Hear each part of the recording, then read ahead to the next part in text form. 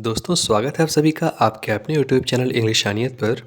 जहां पर आज हम एक बार फिर से लेकर के आए हैं आपके सामने विलियम शेक्सपियर के द्वारा लिखी गई एक और ट्रेजेडी जिसका नाम है ओथेलो। दोस्तों ओथेलो से पहले हमने डिस्कस कर रखा है विलियम शेक्सपियर के द्वारा लिखी गई मैकबेथ और हैमलेट, और इन दोनों के बारे में टॉप 10 ऑब्जेक्टिव क्वेश्चंस जो आपके एग्जाम्स में अक्सर पूछे जाते हैं। और उसके साथ ही हमने डिस्कस कर रखा है विलियम शेक्सपियर की बायोग्राफी ईयर वाइज और उनके वर्क्स को। तो अगर अभी तक आपने वो वीडियोस नहीं देखी हैं तो आप हमारे चैनल पे जाकर के देख सकते हैं, या फिर आपको डिस्क्रिप्शन में लिंक मिल जाएगी, आप वहाँ से देख सकते हैं। तो चलिए शुरू करते हैं आज का ये अपना प्ले, लेकिन उससे पहले जान लेते हैं ओथेलो के मेन कैरेक्टर्स को। दोस्तों इस प्ले में एक ख़ास बात याद रखने वाली ये है कि ये जो प्ले है इसमें थीम है जेलसी का, और इसमें क्रूसेड वॉर को मेंशन किया गया है। यानी कि क्रूसेड वॉर मैक्सिमम टाइम पे पूछा जाता है कि किस प्ले में मेंशन है, तो आपको याद रखना चाहिए कि ओथेलो में मेंशन है। तो शुरू करते हैं अपने पहला कैरेक्टर के साथ में। तो इस प्ले का पहला कैरेक्टर है ओथेलो। तो ओथेलो क्या है, इस प्ले का प्रोटैगनिस्ट है और हीरो है। वो जो वेनिस में आर्मीज़ हैं उन सभी में जनरल है। यानी कि उन सभी में जनरल का सेंस है कि जो आर्मीज़ है उन सबका जनरल है। और एक क्रिश्चियन मूअर है। मूअर यानी कि ब्लैक पर्सन, जो कि फिजिकली एक पावरफुल फिगर है, और जो भी उसके साथ में रहते हैं उन सभी में वो रिस्पेक्टेड रहता है। दोस्तों अगला कैरेक्टर है हमारा डेस्टिमोना का, जो कि इस प्ले की हीरोइन है, और ये डॉटर है उस समय के जो एक वेनेशियन सेनेटर होते हैं। दोस्तों सेनेटर का मतलब होता है कि जो इंसान गवर्नमेंट में जॉब करता हो, ठीक है। तो वेनिस के एक गवर्नमेंट एम्प्लॉय हैं ब्रिबेंजियो, जिसकी बेटी है डेस्टिमोना। तो डेस्टिमोना और ओथेलो इस प्ले में सीक्रेटली मैरिज कर लेते हैं, जब प्ले बिगिन होता है उससे पहले ही। तो आपको जब मैं प्ले पढ़ाऊंगा या फिर प्ले की समरी अभी जब मैं आपको बताऊंगा तो उससे पहले मैं बैकग्राउंड में आपको बता दूंगा। अगला करेक्टर है हमारा इयागो। दोस्तों ये एक ओथेलो का इंसाइन है। इंसाइन यानी कि एक सैनिक है, क्योंकि ओथेलो जनरल है, तो जनरल के साथ में जो सैनिक रहते हैं वो है। और उसके साथ साथ में ये इस प्ले का विलन भी है। यागो 28 ईयर्स ओल्ड है। और इसके साथ मैं बता दूं कि हालांकि ये प्ले का विलन है तो इसलिए बहुत सारे ये कन्फ्यूजन्स क्रिएट कर देता है लोगों के बीच में, जिससे कि लोग आपस में ही लड़ भिड़ के लास्ट में मर जाते हैं। और जिस भी प्ले में लोग मर जाते हैं लास्ट में, उसी प्ले को हम ट्रेजेडी कहते हैं। ठीक है, तो बढ़ते हैं अपने अगले कैरेक्टर पे। तो हमारा अगला कैरेक्टर है माइकल कैसियो। दोस्तों माइकल कैसियो ओथेलो का ही एक लेफ्टिनेंट है। जो कैसियो है वो एक यंग है और इनएक्सपीरियंस सोल्जर है, यानी कि उसको बहुत ज़्यादा एक्सपीरियंस नहीं होती है। लेकिन फिर भी इसको जो माइकल कैसियो है उसको ओथेलो लेफ्टिनेंट बना देता है, जिसकी वजह से जो इयागो है, जो कि उससे हायर पोजीशन पे होना चाहता है क्योंकि उससे सीनियर है और उसको एक्सपीरियंस भी होता है बहुत सारे वॉर्स का। तो इयागो इससे ऊपर रहना चाहता है, वो लेफ्टिनेंट बनना चाहता है, लेकिन ओथेलो इसको लेफ्टिनेंट बना देता है, जिसके वजह से ओथेलो से इयागो बहुत ज़्यादा जीलस रखता है और उससे बदला लेने की कोशिश करता रहता है हमेशा। दोस्तों इस प्ले की अगली मैन कैरेक्टर है इमिलिया। इमिलिया है इयागो की वाइफ और डेस्टिमोना की अटेंडेंट। अटेंडेंट यानी जो डेस्टिमोना के साथ में हमेशा रहती है। इस प्ले में इसका बहुत ही मेन रोल रहेगा। दोस्तों इस प्ले का अगला कैरेक्टर है रॉड्रिगो। रॉड्रिगो है एक बहुत ही यंग, रिच, लेकिन एक फुलिश टाइप का इंसान, जो कि डेस्टिमोना को बहुत लाइक करता है।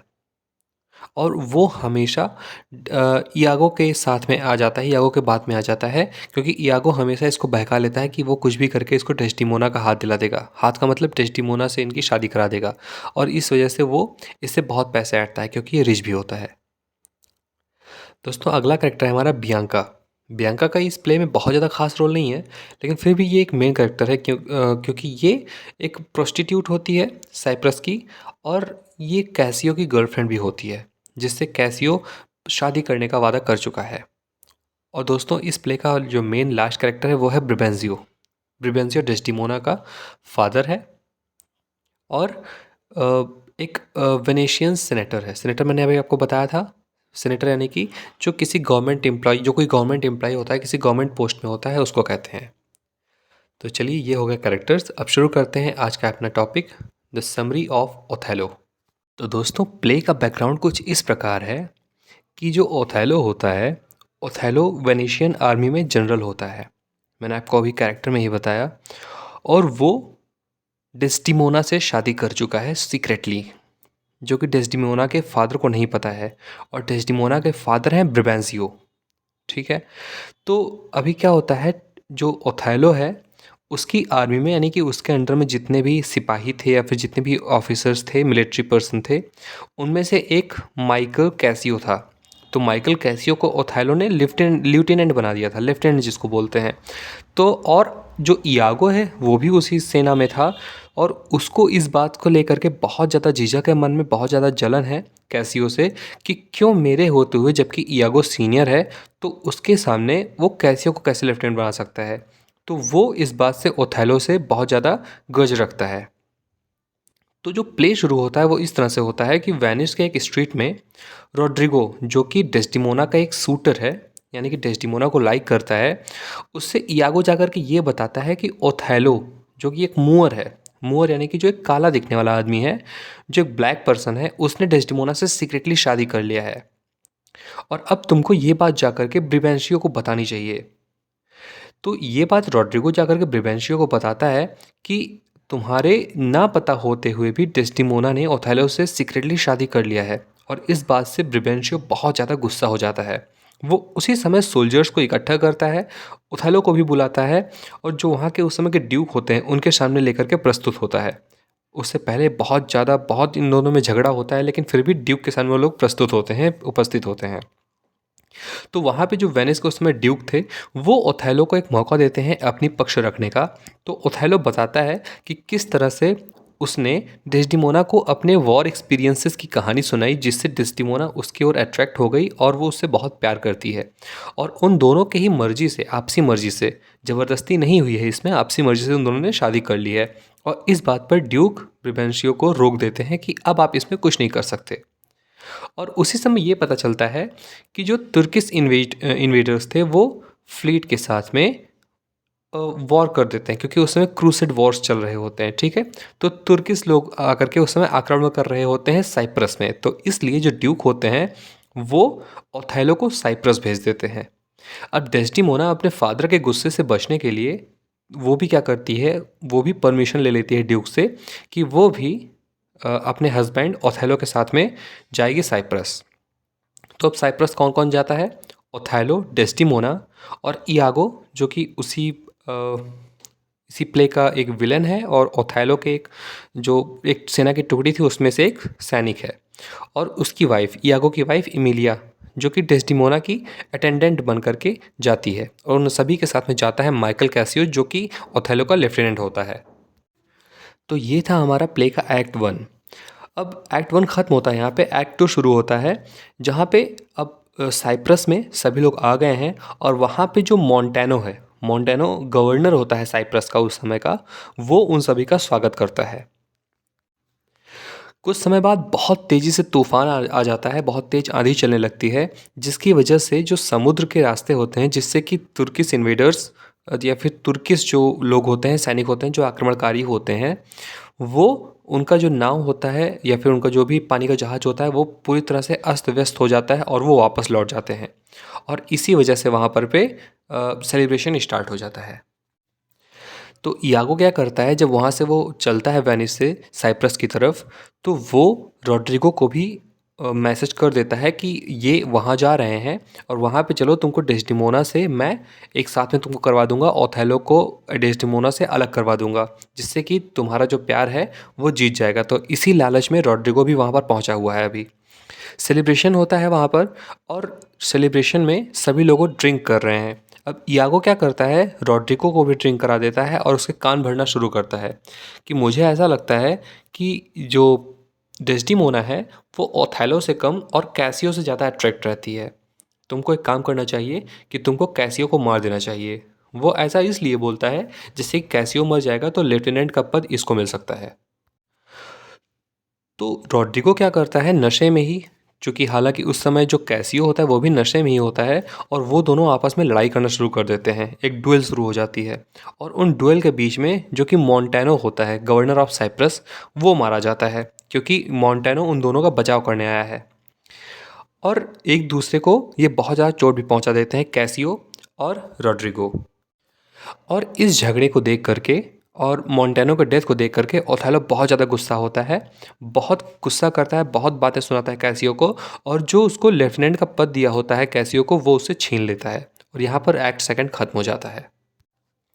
अब यहाँ पर एक्ट थर्ड में जो इयागो है, इसका माइंड गेम चलता है कि वो किस तरह से सभी को एक दूसरे के साथ कंफ्यूज करके सभी का डेथ कर देता है, सभी को मार डालता है। अब यहाँ पर इयागो क्या करता है, वो ये सोचता है कि अभी कैसियो को मैं समझाता हूँ, क्योंकि कैसियो इनोसेंट होता है। वो जाकर डेस्डिमोना से बोलेगा कि वो उसकी तरफ से रिक्वेस्ट करे ओथेलो से, क्योंकि ओथेलो डेस्डिमोना की बात को मना नहीं करेगा कि आगे से कैसियो से ऐसी कोई गलती नहीं होगी, तो वो मान जाएगी। ये इयागो समझाता है कैसियो को कि जाकर के ऐसा डेस्डिमोना से कहो कि वो अपने हस्बैंड से तुम्हारे लिए सिफारिश करे। और दूसरी तरफ याको क्या करता है, ओथेलो के माइंड में जाकर के ये बीज बो देता है, इस शक को बाद जन्म दे देता है। वो ये बता देता है क्योंकि तुम मूअर हो, यानी कि तुम्हारा कॉम्प्लेक्स ब्लैक है, तुम रेशियल कॉम्प्लेक्स की वजह से तुमको अब डेस्टिमोना लाइक नहीं करती है, हालांकि वो कैसियो को इस समय लाइक कर रही है। तो ऐसा लगता है ओथेलो को कि शायद यागो सही कह रहा है। तो जब ये बात उससे ये कहने आती है, डेस्टिमोना जब ओथेलो से ये बात कहने आती है कैसियो का कि हाँ ठीक है, कैसियो ने मुझसे कहा था कि अब उससे ऐसी कोई गलती नहीं होगी, प्लीज़ आप उसको ऐसा करिए कि लेफ्टिनेंट का पद वापस दे दीजिए, और तब उसका ये शक और गहरा हो जाता है। और इस तरह से अब ओथेलो बहुत ज़्यादा शक करने लगता है डेस्टिमोना पर। दोस्तों, एक और अलग स्टोरी है इन दोनों के बीच की, ओथेलो और डेस्टिमोना के बीच की, कि ओथेलो के पास एक उसकी माँ का दिया हुआ एक हैंडकरचीफ होता है जिसमें कि स्ट्रॉबेरी बनी हुई होती है। तो वो हैंकरचीफ वो अपनी वाइफ डेस्डिमोना को दे देता है और बोलता है कि ये मेरा बहुत ही प्रीसियस गिफ्ट है, इसको संभाल के रखना, ये मेरे प्यार की निशानी है तुम्हारे लिए। और एक दिन गलती से वो हैंकरचीफ एमिलिया को मिल जाती है, एमिलिया जो कि इयागो की वाइफ है। और वो एमिलिया वो हैंकरचीफ लेकर के इयागो को दे देती है, और इयागो वो हैंकरचीफ ले जाकर के कैसियो के सामान में रख देता है। और फिर वो आ करके यागो आ करके ओथेलो से बोलता है कि तुम्हारा ऐसा गिफ्ट था एक हैंडकरचीफ, वो उससे पूछो कहाँ है डेस्डिमोना ने, क्योंकि वो कैसियो को दे दिया है। जबकि रख के यागो आता है, क्योंकि यागो इन दोनों में झगड़ा करवाना चाहता है, लेकिन फिर भी वो जाकर के ओथेलो से कहता है कि तुम उससे मांगो, देखो वो नहीं देगी, क्योंकि उसने तुम्हारा जो प्यार का निशानी था वो कैसियो को दे दिया है। और ओथेलो ऐसा ही करता है, वो जाता है डेस्डिमोना से वो रूमाल मांगने, और वो रूमाल हालांकि उसके पास तो नहीं है, लेकिन वो उससे बोलता है तो वो ढूंढती है, लेकिन उसको मिलता नहीं है, डेस्डिमोना को रूमाल मिलता नहीं है। और इस बात से बहुत ज़्यादा गुस्सा हो जाता है उस समय ओथेलो। और ओथेलो को इयागो ले जाकर दिखाता है कि ये देखो जो तुमने रुमाल दिया था, ये कैसियो के सामान में क्या कर रहा है, क्योंकि अब तुमसे डेस्डिमोना प्यार नहीं करती और वो कैसियो को दे चुकी है ये रुमाल। और इस तरह से पूरी तरह उसका माइंड वॉश कर देता है इयागो, ओथेलो का माइंड वॉश कर चुका है, यानी कि अब पूरी तरह अब शक इसका गहरा हो गया है ओथेलो का डेस्टिमोना पे। तो यहाँ पे एक्ट थर्ड खत्म होता है। तो दोस्तों, एक्ट फोर्थ का स्टार्ट होता है, जहाँ पर ओथेलो जाकर के डेस्टिमोना से कहता है कि अब तुम पूरी तरह बदल चुकी हो, तुम कैसियो से बहुत ज़्यादा प्यार करने लगी हो, उसको बहुत ज़्यादा पसंद करने लगी हो, मुझे पता है, इसलिए ये जो हैंकी है, हमारा हैंडकरचीफ है, वो तुमने जाकर के कैसियो को दे दिया था। अब इस बात से डेस्टिमोना बहुत ज़्यादा सरप्राइज हो जाती है, शॉक्ड हो जाती है कि ऐसा कोई भी फीलिंग उसके हार्ट में नहीं होता है, क्योंकि वो प्यार करती है सिर्फ ओथेलो से। लेकिन ओथेलो को ये गलतफहमी हो गई है इयागो की वजह से, लेकिन ये बात पता नहीं है कि ये गलतफहमी इयागो ने शुरू किया है इन दोनों के बीच में। तो अब क्या करती है जो डेस्टिमोना है, वो उससे बहुत रिक्वेस्ट करती है कि ऐसा कुछ भी नहीं है जैसा आप सोच रहे हैं, क्योंकि मैं एक समय के लिए कुछ भी कर सकती हूँ, लेकिन आपको धोखा नहीं दे सकती। अब दोस्तों, शुरुआत होती है एक्ट 5 की। एक्ट 5 में यागो को ओथेलो बोलता है कि तुम जा करके कैसियो का डेथ कर दो, कैसियो को मार डालो। और इसके लिए जो यागो है वो रॉड्रिगो को कुछ बातें बताता है, कुछ तरह से उसको फुसलाता है। अब रॉड्रिगो और कैसियो में फिर से लड़ाई होती है, जिसमें रॉड्रिगो को चोट लग जाती है और कैसियो बच जाता है। और फिर जा कर के वो क्या करता है, यानी कि यागो क्या करता है, रॉड्रिगो का ही मर्डर कर देता है और कैसियो को भी स्टैब करता है। कैसियो खूब तेज चिल्लाता है, तो उसको ओथेलो को लगता है कि ठीक है, मैंने ही कहा था, शायद उसको मार दिया होगा इसने। और अब इधर क्या होता है, दूसरी तरफ ओथेलो और डेस्डिमोना के बीच में, यहाँ पे डेस्डिमोना अपने बेड पर लेटी हुई है। दोस्तों, आप अपने आँख के सामने अपनी विजुअलाइजेशन करिएगा, सीन क्रिएट करिएगा। डेस्डिमोना डेस्डिमोना से कह रहा होता है ओथेलो कि तुमने मुझे धोखा देकर के सही नहीं किया। तो इस पे डेस्डिमोना बोलती है कि तुम मुझे अगर मारना चाहते हो तो मेरा मर्डर कर दो, तो मुझे मार डालो, लेकिन ऐसा कभी मत समझो कि मैंने तुम्हें धोखा दिया है। और इतना कहते ही जो ओथेलो है वो एक पिलो उठाता है और डेस्डिमोना के मुंह पर रख देता है और कस के दबा देता है, और ऐसा करके वो डेस्डिमोना को मार डालता है। और फिर जब ये होते हुए इमिलिया देख लेती है तो इमिलिया आकर के समझाती है कि ऐसा कुछ भी नहीं हुआ था, पूरा हैंडकरचीफ का मैटर जो था वो यागो का फैलाया हुआ जाल है। और ऐसा जब पता चलता है ओथेलो को तो ये बहुत ज़्यादा अपने आप में बहुत ज़्यादा डिप्रेस्ड हो जाता है, बहुत ज़्यादा सोचने लगता है कि ये मैंने क्या कर दिया, मेरी लविंग वाइफ को मैंने ही मार डाला। और दूसरी तरफ वो यागो को भी मारने की इच्छा से चलता है, लेकिन वो मार नहीं पाता है और ख़ुद ही बहुत ज़्यादा डिप्रेस्ड होकर के खुद से सुसाइड कर लेता है। और यागो को वहाँ की जो साइप्रस की आर्मी होती है वो लोग आकर के पकड़ लेते हैं और उसको कैद कर देते हैं। और वहाँ पे साइप्रस में अब जो गवर्नर है वो कौन है, किसको बना दिया जाता है, आगे चल कर के गवर्नर बनाया जाता है माइकल कैसियो को। और इस तरह से ये जो प्ले है वो ख़त्म हो जाता है। दोस्तों आशा करता हूँ आपको प्ले अच्छा लगा होगा। वीडियो को लाइक कर दीजिएगा, चैनल को सब्सक्राइब कर दीजिएगा। मिलते हैं अगले वीडियो में, तब तक के लिए अपना ख्याल रखिए। धन्यवाद।